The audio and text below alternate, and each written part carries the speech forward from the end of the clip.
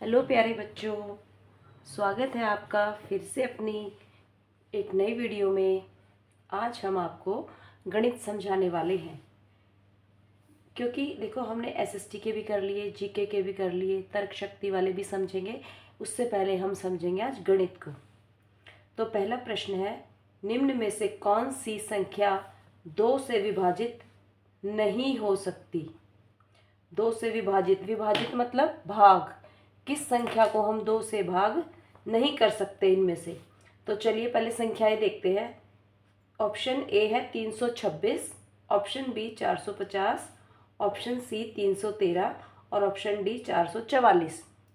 तो इसका सबसे सरल तरीका है बच्चों कि क्योंकि दो दो क्या है, एक सम संख्या।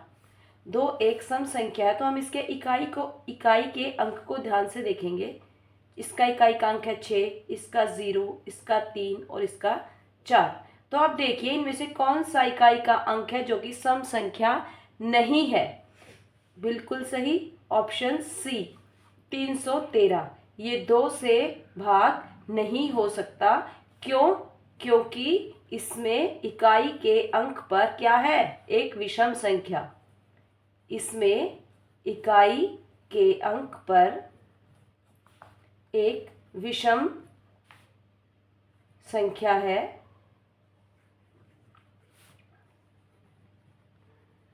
इसीलिए ये 2 से विभाजित नहीं हो सकती। तो सबसे सरल तरीका है 2 से विभाजिता पहचानने का कि उसका इकाई का अंक आप ध्यान से देखिए। अगर इकाई के अंक पे 2, 4, 6, 8 या 0 है तो वह संख्या 2 से विभाजित हो सकती है, अन्यथा नहीं।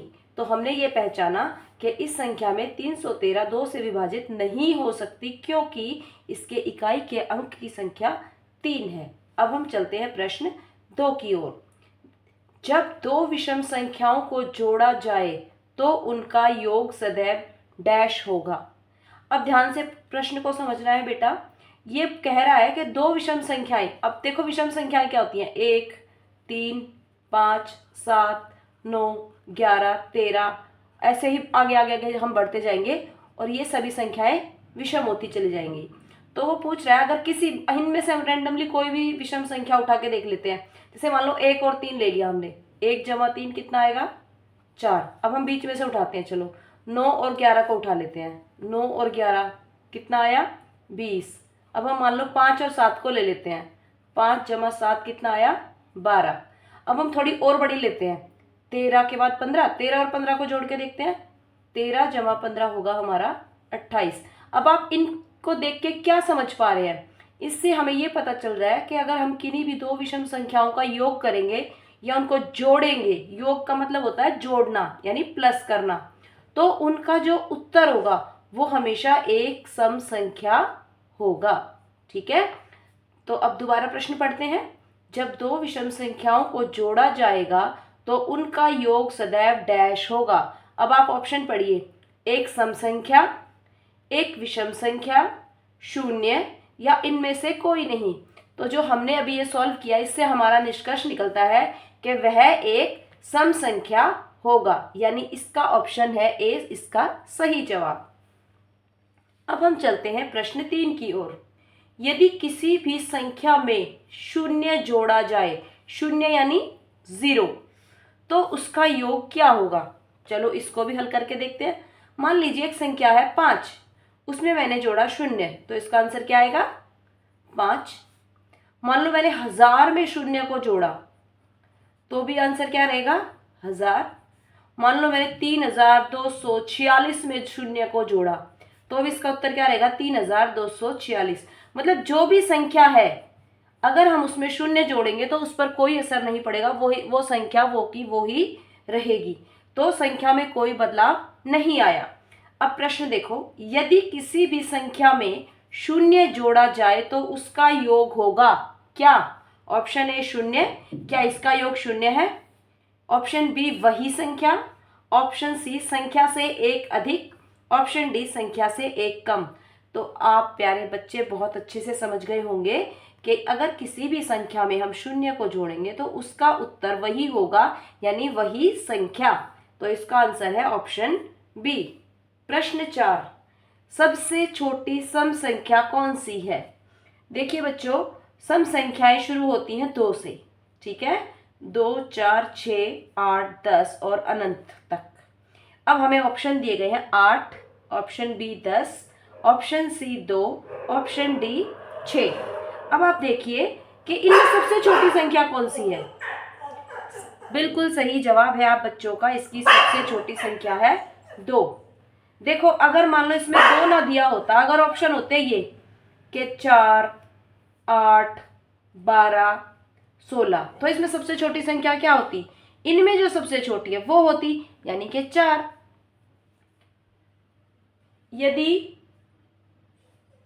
एक रुमाल 10 मिनट में सूखता है तो ऐसे 10 रुमालों को सूखने में कितना समय लगेगा?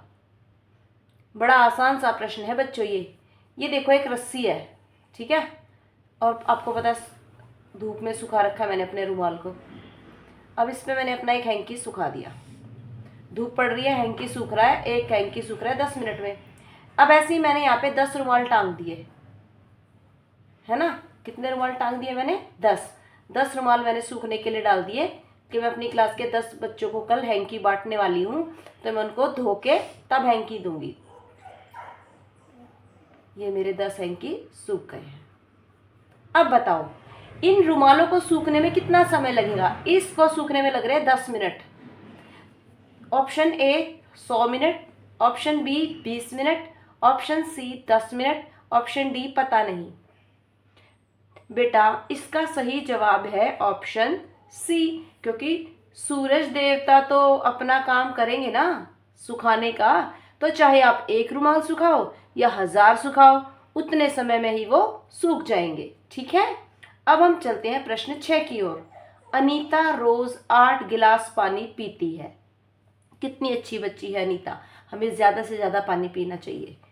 ये रोज 8 गिलास पानी पीती है, तो बताओ वह फरवरी 2024 के महीने में कितने गिलास पानी पिएगी?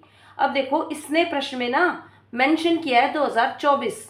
इसकी कुछ खास वजह है बच्चों कि उसने साल बताया आपको। अब हमें पहले तो ये देखना पड़ेगा फरवरी के महीने में दिन कितने होते हैं। वैसे तो 28 होते हैं, है ना, लेकिन अगर लीप वर्ष होगा तो उसमें 29 दिन होंगे, ठीक है ना। अब हम पता कैसे करें कि ये लीप वर्ष है या नहीं?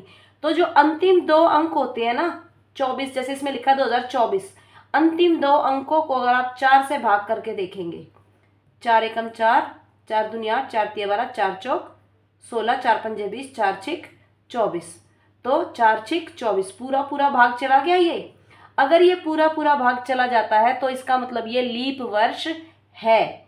अगर ये लीप वर्ष है तो इसका मतलब इसमें कितने दिन है इस महीने में, फरवरी के में 29 दिन।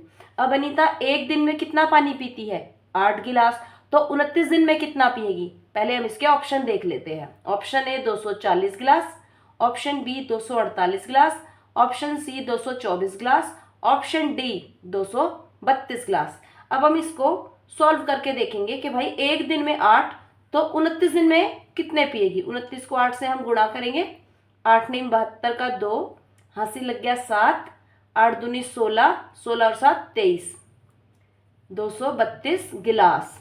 अब आप देखिए ऑप्शन में कहाँ लिखा है 232? ऑप्शन डी में लिखा है 232 गिलास। तो यानी अनीता कितने गिलास पानी पिएगी फरवरी 2024 में? 232 गिलास। कैसे लग रहे हैं आप बच्चों को ये प्रश्न, मुझे जरूर बताइएगा।